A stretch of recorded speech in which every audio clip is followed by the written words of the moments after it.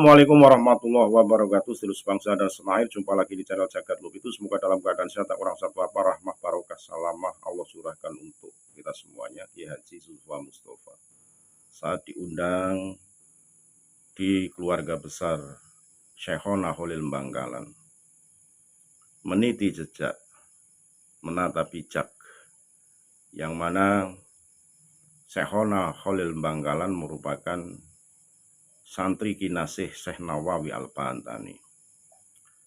Tentunya kenapa Kiai Haji Zulfa Mustafa yang didaulat untuk hadir atas permintaan keluarga besar Syekhona Khalil Bangkalan, karena yang tahu persis dan mereka adalah terah Syekh Nawawi Al-Bantani yang bisa menceritakan dengan runut atas manuskrip sejarah perjalanan hidup Syekhona Khalil Bangkalan saat nyantri kepada Syekh Nawawi Al-Bantani.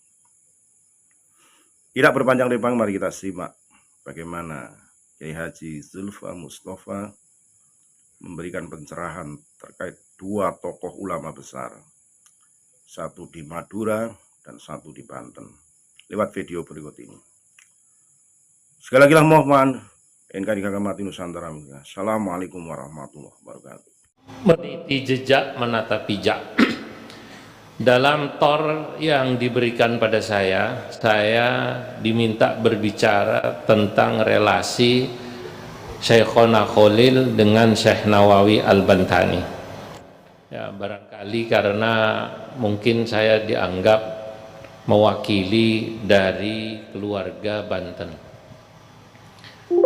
Secara khusus ya, memang saya pernah menyebut nama Syekhona Khalil dalam kitab yang saya tulis ketika saya menulis tarjamah atau biografi Syekh Nawawi Al-Bantani.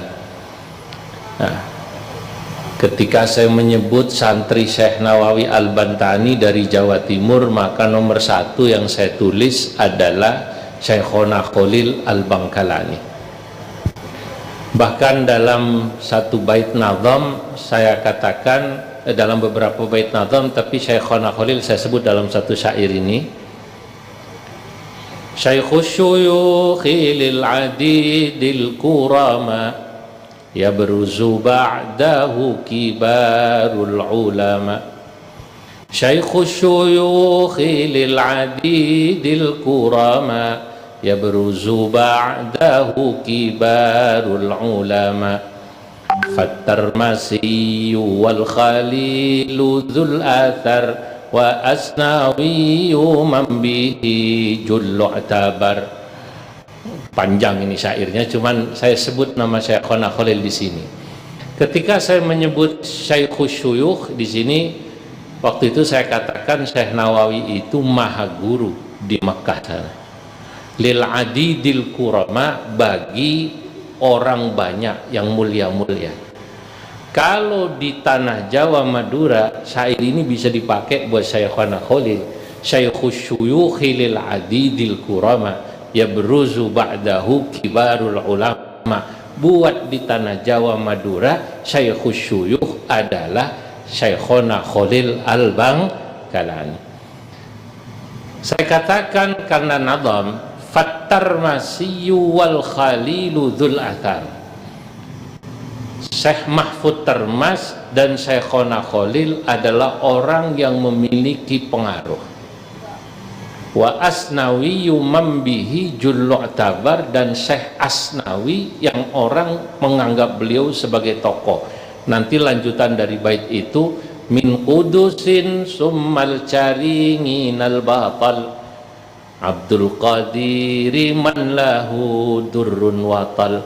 Syekh Asnawi murid daripada Syekh Nawawi itu ada dua yang masyhur. Pertama, min Kudusin, dari Kudus, buyutnya hadir di sini, putranya Kiai Minan, cucunya Kiai Zuhri, cucunya Kiai Asnawi Kudus, ini hari ini hadir. Ya, mana orangnya? Berdiri Gus. Cucunya Kiai ini cucunya, buyutnya Kiai Asnawi Kudus. Kiai Asnawi Kudus ini muridnya Syekh Nawawi yang menikahi istrinya Syekh Nawawi, Nyai Hamdanah namanya. Nah, salah satu nanti cucunya itu pernah jadi wakil rektor di UINSA, namanya Profesor Dr. Zumratul Mukafaah ya.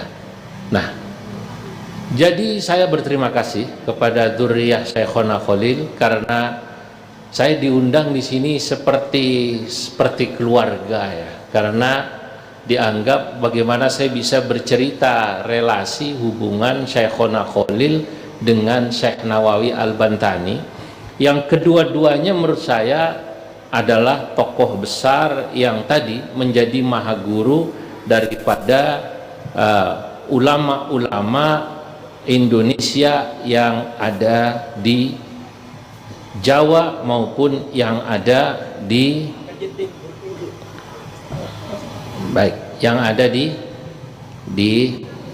Pulau Madura ini. Nah, saudara-saudara hadirin yang dimuliakan Allah, kalau kita membaca dan membahas biografi dan perjalanan hidup tokoh besar, maka tokoh besar itu menarik kalau kita bahas. Pertama, kalau yang bersangkutan itu kontroversial. Tokoh kontroversial itu menarik dipahami. Imam Abu Hanifah itu tokoh kontroversial. Ali bin Abi Thalib itu tokoh kontroversial, maka sejarahnya banyak yang mengkaji. Imam Ibnu Hajar Al-Haytami dalam kitabnya Al-Khairatul Hisan, ini ulama madhab Syafi'i tapi menulis biografi fi tarjamati Muhammad ibn Nu'man Imam Abu Hanifah. Lah, kata Ibnu Hajar Al-Haytami dalam kitabnya Al-Khairatul Hisan, yustadallu an nabahatir rajuli minal madin bitabayunin nasi fihi ala tara anna aliyan karramallahu wajha halaka fihi fi'atani muhibbun afrata ay fil hubbi wa mubghidun farata. Kita bisa tahu tentang besarnya seorang tokoh ketika pada tokoh tersebut orang menjadi kontroversi. Ada yang pro dan ada yang kontra. Nah, makanya kalau kita mau dibaca terus sejarahnya, jadi orang yang kontroversial. Gus Dur itu ngikutin ini nih. Nah, jadi afrata fihi muhib ya, wa farata fihi mubghid, itu. Dan saya pikir Syekhona Khalil bukan masuk tokoh ini. Kedua, seorang tokoh itu menarik kita kaji tarikhnya, biografinya, kalau tokoh tersebut memiliki pengaruh yang luar biasa dan wibawa yang luar biasa. Nah, itu menurut saya Syekhona Khalil masuk di sini, Prof. Ini kalau dalam Imam 4 itu masuk pada Imam Malik. Imam Malik itu tokoh yang wibawa dan pengaruhnya luar biasa. Sampai-sampai pengikut madhab Maliki itu menganggap hadis yang diriwayatkan oleh Imam Tirmidzi itu ditujukan oleh Nabi buat Imam Malik. Saking besar pengaruhnya Imam Malik. Abu Hurairah radhiyallahu anhu meriwayatkan, katanya Rasulullah sallallahu alaihi wasallam bersabda, Rasulullah sallallahu alaihi wasallam, yushiku ayyadriban nasu akbadal ibili yatlubuna al-ilma falam yajid aliman a'lama min alimil Madinah. Nanti satu saat, kata Nabi, kalian akan melihat orang melakukan perjalanan luar biasa mencari orang alim, menuju orang alim mencari ilmu, dan mereka tidak menemukan orang alim yang lebih alim daripada orang alim dari Madinah. Sufyan ibn Uyainah ketika ditanya, man huwa alimul Madinah al-maqsud fi hadzal hadis, faqala Malik bin Anas. Imam Malik bin Anas, para sejarawan mengatakan tidak ada ulama yang begitu mendapat perhatian orang-orang berilmu sehingga orang ngaji semua ke situ. Mim masyriqiha wa mim maghribiha. Dari barat timur semua datang. Bahkan sekelas Harun Ar-Rasyid itu pengen ngaji dari Imam Malik. Saudara-saudara, pada masa itu orang itu paling bangga kalau dia pernah ngaji sama Imam Malik, lalu dia bisa cerita kemana-mana.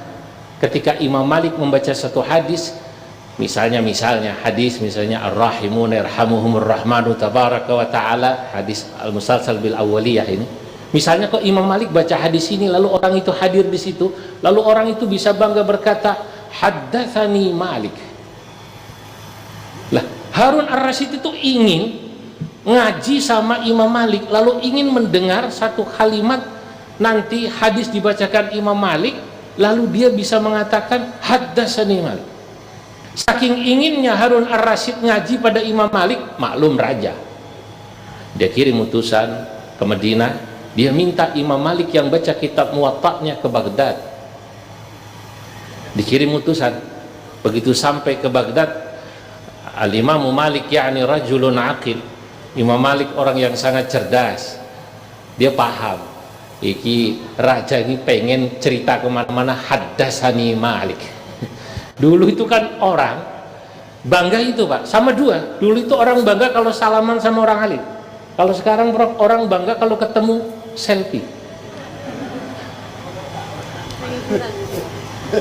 Aku ketemu Pak Kizawi Imran tadi ada yang selfie ya Bro. Nah, itu bangga sekarang. Kalau dulu bangganya salaman dan kemudian mendapatkan satu ilmu lalu bisa berkata haddatsani Malik. Apalagi selfie. Imam Malik ketika dikirimi utusan daripada Raja Harun ar-Rasyid menjawab lewat surat yang suratnya dimulai dengan muqaddimah hamdalah sallallahu salam, tapi isinya wa ba'du fa innal ilma yu'ta wa la ya'ti. Kata Imam Malik begitu dibaca oleh Harun ar-Rasyid, ilmu itu didatangi bukan mendatangi. Harun ar-Rasyid tertegur. Dalam versi lain ada tambahannya, wa innal ilma kharaja minkum, ilmu ini keluar dari keluarga anda. Harun ar-Rasyid dinasti Abbasiyah, cucunya Ibnu Abbas, orang alim. Fa in rafa'tumuhu irtafa wa in wada'tumuhu tada. Ilmu itu khalifah, kalau anda muliakan mulia, kalau anda rendahkan rendah. Karena ilmu itu mulia, anda kesini ngaji, jangan saya suruh datang. Itu saking wibawanya siapa? Imam Malik. Harun ar-Rasyid ngalah, dia anaknya menterinya berangkat ke Madinah ngaji sama Imam Malik. Kalau saya madhab Maliki, saya tidak datang ke Syekhona Khalil. Untungnya saya madhab Syafi'i. Kalau madhab saya madhab Maliki, saya tidak datang. Kata saya, Ra Usman, sampean yang datang ke rumah saya, ngundang saja tidak datang sampean. Allahu Akbar. Untungnya sampean kenal saya madhab Syafi'i Pak. Kalau madhab Maliki saya tidak datang ini Pak. Datang itu Imam Malik. Maaf, datang siapa tadi? Harun ar-Rasyid. Sudah datang, Harun ar-Rasyid bisik-bisik berbicara berdua dengan Imam Malik. Imam Malik, saya ingin panjenengan baca kitab Muwatta berdua dengan saya, supaya saya bisa cerita haddatsani Malik, bukan haddatsana Malik. Kalau haddatsana kan berarti di forum banyak orang. Kalau berdua haddatsani Malik. Imam Malik orang wibawa Pak. Kata Imam Malik, ya Khalifah, saya tidak pernah mengkhususkan ilmu pada satu orang, tidak untuk orang umum. Kalau anda mau ngaji, nanti anda datang di majelis saya ba'dal asar atau ba'dal maghrib. Saya mau tanya, kira-kira Kiai Madura ada yang berani jawab begini sama Prabowo? Yakin Pak, potongan Ranasih ini ketua fraksi ya agak mikir kayak. Allahu Akbar. Itu Imam Malik wibawa Pak. Harun ar-Rasyid nyerah, sudah sampai Madinah pengen ngaji berdua masih tidak dikasih. Baiklah kalau gitu, ngaji datang di majelis umum. Sudah ngaji di majelis umum, kumpul berharap Imam Malik membaca kitab Muwatta. Waktu itu Imam Malik usianya 70 lebih, Harun ar-Rasyid ma baina arba'in. Pada saat itu Harun ar-Rasyid sebagai khalifah menunggu Imam Malik baca kitab Muwatta. Faidan, ternyata Imam Malik memanggil muridnya, ya Abdullah, anta iqra'il Muwatta, kau yang baca. Tapi sebelum ini saya cerita dulu. Sebelum ini ada cerita. Imam Malik itu, nanti Anda bisa baca kitab Al-Madarik dan Al-Intiqa. Al-Madarik ditulis oleh Qadhi Iyad, ya. Al-Intiqa oleh Ibnu Abdul Bar. Jadi Imam Malik melihat raja itu disiapkan kursi khusus, nyender seperti inilah, siap, ada lemek yang dalam. Melihat raja ngajinya setengah hati, Pak. Harun ar-Rasyid bilang, ya Khalifah, ilmu itu Anda serius saja dia tidak memberikan semuanya pada Anda, apalagi Anda nyender semacam itu. Itu Harun ar-Rasyid yang semula nyender langsung tegak, langsung. Allahu Akbar. Ini buat khalifah. Kalau panjenengan kan bukan khalifah, nyender aja. Nyender aja. Nah, baru terakhir tadi ini cerita bagaimana wibawanya, pengaruhnya Imam Malik. Pada saat Harun ar-Rasyid menunggu dia nanti bisa pulang cerita haddatsana Malik gitu. Karena yang bicara, yang membaca hadis langsung siapa? Imam Malik. Ternyata tidak. Imam Malik memanggil muridnya, sebut namanya Abdullah atau siapa. Ya Abdullah, iqra anta, kau baca kita. Kata Harun ar-Rasyid, wah Imam Malik, saya di sini jauh-jauh dari Baghdad ingin ngaji dengan jenengan, kenapa yang baca muridnya? Imam Malik dengan santai jawab, saya sudah tua dan sudah lama tidak baca kitab Muwatta. Saya gunakan tariqatul qiraah. Jadi dalam tradisi ahli hadis ada tariqatus sama' dan ada tariqatul qiraah. Kalau guru yang baca disebut tariqatus sama'. Ini yang baca muridnya. Nah, saya melihat hari ini kita sedang membahas satu tokoh yang pengaruh dan wibawanya ya seperti Imam Malik. Namanya Syekhona Khalil Al-Bangkalani, yang mungkin kalau hadis itu tadi kan saya baca beberapa tulisan murid beliau begitu banyak ya. Kalau hadis Nabi tentang Imam Malik tadi itu dikatakan yushiku ayyadriba akbadal ibili ayyadriban nasu akbadal ibili yatlubuna al-ilma fala yajiduna aliman min alimil madinah fala yajiduna aliman a'lama min alimil madinah. Maka kalau kemudian dirubah ibarat atau teks ini, maka pada saat itu kita bisa katakan pada satu masa pernah datang, satu masa orang datang dari mana-mana ke Madura dan tidak menemukan orang alim yang lebih alim min Syekhana Khalil Al-Bangkalani. Ini tokoh yang menarik. Saya baru tulis tadi sambil di pesawat ya. Sebenarnya tokoh ketiga kalau kita bicara tentang biografi seseorang yang menarik itu adalah biografi penemu, Al-Mubdi, dan itu adalah Imam Syafi'i. Imam Syafi'i itu biografinya menarik karena beliau menemukan dan menulis pertama ilmu usul fikih. Maka Imam empat itu punya karakter masing-masing. Terakhir kalau kita bicara tentang Imam Ahmad bin Hambal, beliau itu biografinya menarik karena beliau adalah tokoh yang kuat memegang prinsip. Sampai wafat Imam Ahmad bin Hambal itu tidak pernah kenal dengan dekat dengan raja dan tidak pernah mau menerima pemberian raja sampai wafat. Makanya hidupnya miskin. Tapi beliau tokoh yang luar biasa. Jadi Imam Ahmad bin Hambal itu tadi saya bercanda dengan Rakholili, tidak pernah jadi tim sukses tuh, nggak pernah. Nggak pernah lah, nggak pernah kenal pejabat jadi tim sukses tuh, nggak pernah. Nggak pernah jadi kiainya raja, jadi kiainya tim sukses tuh nggak pernah Imam Ahmad bin Hambal. Tapi begitu Imam Ahmad bin Hambal wafat, Masya Allah, beliau ya apa namanya, kemudian beliau yang hadir untuk mensalati dan mengiring jenazah Imam Ahmad bin Hambal itu berjumlah ya sekitar 500.000 orang. Ini kita bicara pertama tokoh-tokoh besar. Kedua, sekarang kalau kita bicara tentang relasi, saya langsung masuk ini ya pada poin di mana saya diamanahi untuk menyampaikan relasi keterkaitan Syekh Nawawi dan Syekhona Khalil. Saya catat yang pertama ini karena waktu. Syekh Nawawi itu guru utama Syekhona Khalil. Saya katakan guru utama ya. Tentu gurunya Syekhona Khalil banyak. Kenapa saya katakan guru utama?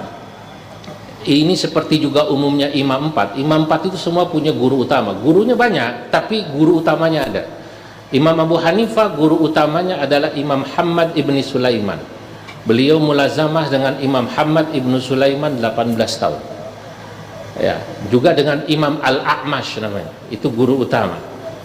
Imam Abu Hanifah dahulu sebenarnya tidak punya ketertarikan pada fikih, pada ilmu. Dia ketertarikannya pada bisnis, dagang di pasar.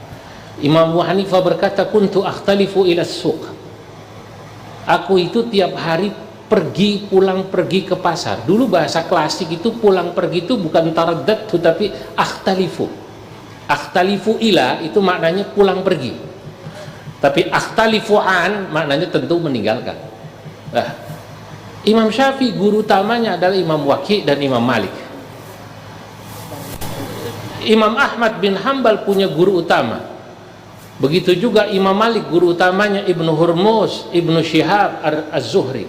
Lah Syekhona Khalil Al-Bangkalani guru utamanya saya katakan siapa?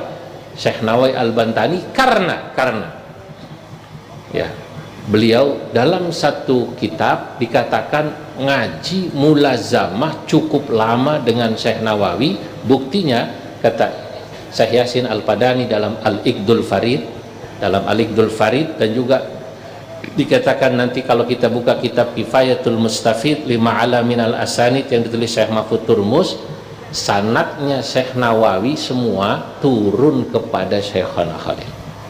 Itu guru utama, buktinya sanad.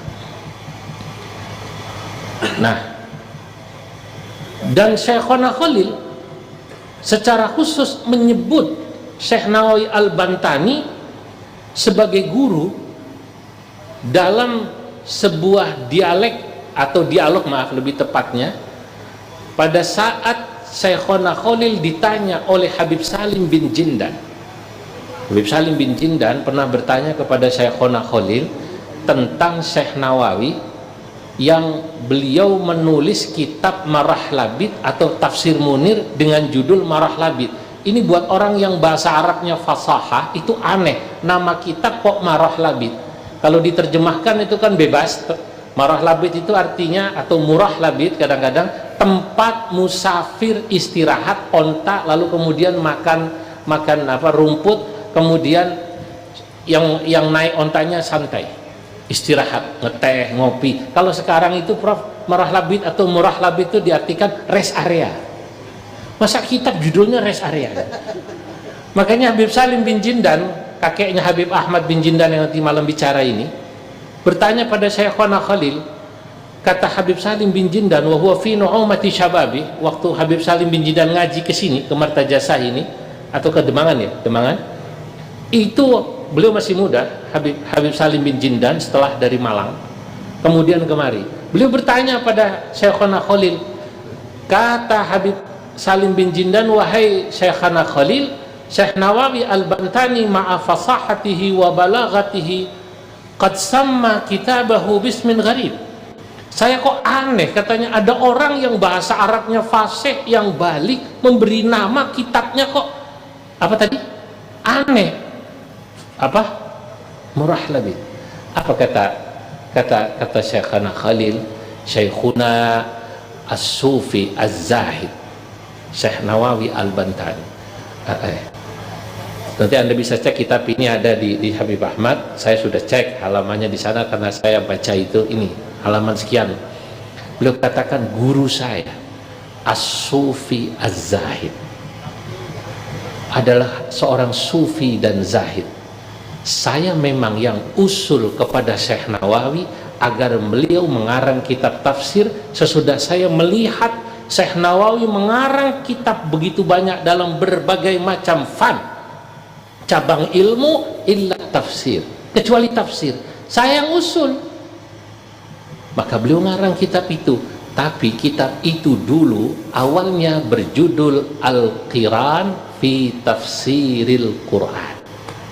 Tapi kemudian di akhir dikasih nama Marah Labid sesuai dengan selesainya penanggalan kitab itu. Misalnya selesai bulan Syawal atau bulan Rajab, saya lupa, nanti bisa dicek tanggal sekian hari apa, itu angka-angkanya kalau dijumlah jadilah kalimat Murah Labid. Karena kita dulu belajar abajadun hawazun hatoyakun lamanun. Maka kalau kita baca Muqaddimah Tafsir Munir atau Murah Labid, maka saya ingin katakan begitu dekatnya hubungan Syekh Nawawi dengan Syekhona Khalil. Syekhona Khalil menganggap Syekh Nawawi gurunya karena lebih tua. Bahkan kalau kita lihat tanggal kelahiran, tahun kelahiran, Syekh Nawawi 1813, Syekhona Khalil 1835. Berapa tahun bedanya? 22 tahun. Dan Syekhona Khalil mondok lama dulu Pak di Jawa Madura. Begitu sudah alim baru ke Mekah. Bikhilafi Syekh Nawawi. Syekh Nawawi tidak. Syekh Nawawi mondoknya di Jawa itu hanya 2 tempat di Pulau Jawa. Satu di Serang, kemarin saya dari sana, di Lopang, itu kakak dari ibu Syekh Nawawi namanya Syekh Sahal. Kedua dari Purwakarta. Hanya 2 tempat, umur 15 tahun Syekh Nawawi ke Makkah. Nah, maka ada cerita menarik, walaupun umur beliau ini beda 22 tahun, Syekh Nawawi ketika Syekhona Khalil berangkat ke Mekah umur 20-an, persisnya berapa Lora? 20 berapa? Hah? Itu yang pertama. Yang sudah kedua yang alim 26, sudah alim itu 26. Syekh Nawawi sudah umurnya hampir 50, 40 sekian. Ada cerita, ini cerita, saya nggak dapat kitabnya, tapi ini cerita dari mulut. Syekhona Khalil itu senang diskusi, debat. Di Mekah itu semua orang santri senior diajak debat, kalah dengan Syekh Nawawi. Dikerjain sama santri Mekah. Sekarang kau ajak debat, itu si pula. Orangnya kecil, Syekh Nawawi itu kecil. Bajunya tidak menunjukkan baju ulama besar. Wa anna al-madharahul khariji la yaliqu bimakanatihil ilmiyah. Sanok Hugronya menggambarkan pakaian Syekh Nawawi itu tampilan luarnya tidak menunjukkan beliau ini ulama besar. Sederhana Pak, nggak pernah pakai apa itu gamis seperti ulama, enggak, sederhana. Diajak debat, begitu ngajak debat Syekh Nawawi, Syekhona Khalil kalah. Siapa yang cerita ini? Yang cerita Kiai Thaifur Mawardi pada saya. Kiai Thaifur Mawardi an syekh min syekh, dari gurunya, dari siapa? Sayyid Muhammad. Sayyid Muhammad dari abahnya Sayyid Alawi, Sayyid Alawi dari abahnya Sayyid Abbas. Kemarin saya bertemu Sayyid Ahmad, saya ceritakan cerita ini pada beliau. Masya Allah, lah ya, cerita siapa? Kiai Thaifur. Disitulah awal mulazamah cukup lama antara Syekhona Khalil dengan Syekh Nawawi. Begitu berkenalan namanya Syekh Nawawi, barulah Syekhona Khalil berkata, Masya Allah, nama ini sudah saya dengar lama tapi saya baru berketemu. Nah, 2 orang ini menurut Kiai Thaifur Mawardi, ini boleh dicatat, adalah tokoh ulama Indonesia dan Jawa yang merubah perspektif pandangan orang Timur Tengah, Hijaz terhadap orang Jawa secara umum. Dulu kata Kiai Thaifur Mawardi, dari Syekh Muhammad, ini cerita sama persis diceritakan pada saya. Dulu orang Timur Tengah itu menganggap, mohon maaf, kita ini orang Jawa secara umum itu dianggapnya ya warga Jawa ini keilmuannya level, saya menyebutnya level 3 Pak, belum level 2. Level 1 itu kan Mesir, Timur Tengah. Level 2 itu Pakistan, India yang alim-alim. Kita ini level 3. Maka dulu ada sebutan, kata Syekh Muhammad pada masa Syekh Nawawi dan Syekhona Khalil di Mekah itu sebutan, ini tolong jangan dibawa ke ke apa namanya, ke sesuatu yang membuat sekarang ini jadi rame ya. Jangan diviralkan. Ya, ya. Ada sebutan dulu Jawa Bakor, Jawa sapi. Karena dianggap orang Jawa itu tidak alim. Yang bahasa Arab ya asal ngomong, asal sering saya guyonin buat ceramah di masyarakat umum itu loh. Yang kalau keluar dari masjid ditawari kudungan, sorban, haji Siti Ramlah, Siti apa? Rahmah khamsa real. Dia jawab mau bilang 2 real salah. Rok'ata ini wan. Maksudnya riala ini gitu. Waktunya Pak Kiai. Nah, baik. Begitu ada Syekhana Khalil, Syekh Nawawi mengarang kitab, termasuk nanti Syekh Mahfud Termas dan ulama-ulama lain, orang Makkah dan sekitarnya merubah pandangannya, mulai itu hormat pada orang Jawa. Ternyata orang Jawa ada yang alim seperti Syekh Nawawi Al-Bantani, Syekh Mahfud Termas, Syekhana Khalil dan lain-lain. Nah, ini pertemuan yang luar biasa yang ingin saya sampaikan di forum ini. Nah, mulai itu kemudian mereka sangat menghormati. Nah, sekarang saudara-saudara, apa kesamaan Syekh Nawawi dan Syekhana Khalil? Menurut saya ada kesamaan antara beliau. Pertama, beliau itu adalah contoh prototipe santri sejati yang mendedikasikan ilmunya, waktu hidupnya buat ilmu. Faqad karratha hayatahuma lil ilmi bil istifadati wal ifadah. Beliau berdua itu menghabiskan hidupnya untuk ilmu. Ngajinya luar biasa sampai sepuh. Syekh Nawawi ngaji 35 tahun, Pak. 35 tahun jadi santri. Tapi sesudah itu produktif mengajar dan menulis. Bedanya Syekhona Khalil pulang ke sini. Syekh Nawawi tetap di sana. Il antuwafiyah sampai wafat dan dikuburkan di Ma'lan. Ya. Walaupun kita tahu Syekh Nawawi nanti kholnya akhir Syawal, walaupun beliau dikubur di Ma'lah, kholnya Syekh Nawawi itu di Banten paling ramai, Pak. Ratusan ribu yang hadir. Padahal kuburannya di Ma'lah. Nah, Mungkin itu disimpulkan Pak Kiai. Baik. Kedua, beliau berdua ini adalah orang-orang yang kesimpulan saya ya singkat, yang senang melihat ada orang alim itu maju. Nah, ini yang mahal. Sekarang kan kadang-kadang ada orang punya sifat hasud kalau melihat orang lain alim maju, keduanya tidak. Buktinya Syekh Nawawi dulu. Syekh Nawawi itu ketika muridnya yang namanya Syekh Hasan Mustafa bin Utsman Al-Qaruti, muridnya disuruh menulis kitab dan beliau mensyarahi kitab muridnya.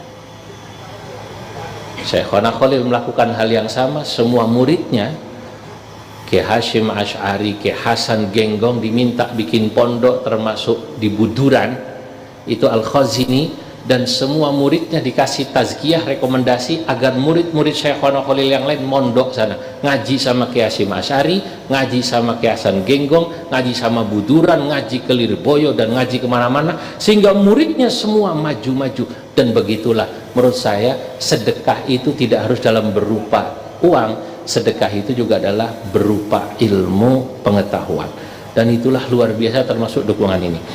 Masih banyak sebenarnya, setidaknya 2 lagi yang terakhir ya.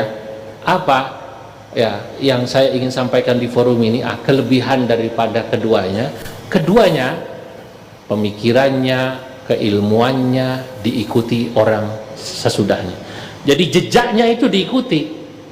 Kalau Syekh Nawawi secara khusus pemikiran tentang Ahlus Sunnah wal Jamaahnya, tentang nasionalisme tadi, hubbul watan minal iman, nanti kita bisa cek, itu diikuti lewat murid-muridnya, mendirikan madrasah, melakukan perjuangan melawan Belanda. Sehingga saya katakan, wa minhum man assasal madrasata wa harrakal kifaha wal hurriyata. Di antara murid-murid Syekh Nawawi membangun pesantren, madrasah, wa harrakal kifaha wal hurriyata, dan melakukan perlawanan pada penjajah Belanda, yakni nasionalisme.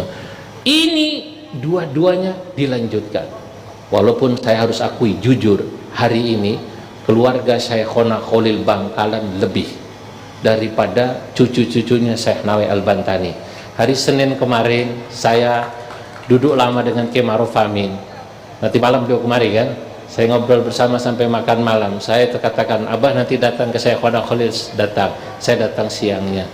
Saya katakan secara umum saya iri pada keluarga Syekhona Khalil.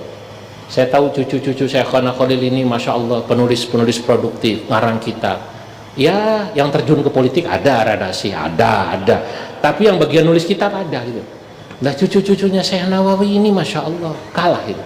Nah ini saya ghibtah, iri saya katakan di sini. Masya Allah, andai kata jejak daripada Syekh Nawawi dilanjutkan oleh cucu-cucunya pasti akan luar biasa. Seperti cucu-cucu daripada Syekhona Khalil membuat lajnah turas Syekhona Khalil, dan ini belum dilakukan oleh cucu-cucu Syekh Nawawi Al-Bantani. Baik, itulah karena apa? Karena pemikiran seorang tokoh akan tetap besar manakala ada orang yang melanjutkannya. Orang sebesar apapun, sealim apapun, tadi jejak-jejak akliyahnya kalau tidak dilanjutkan habis.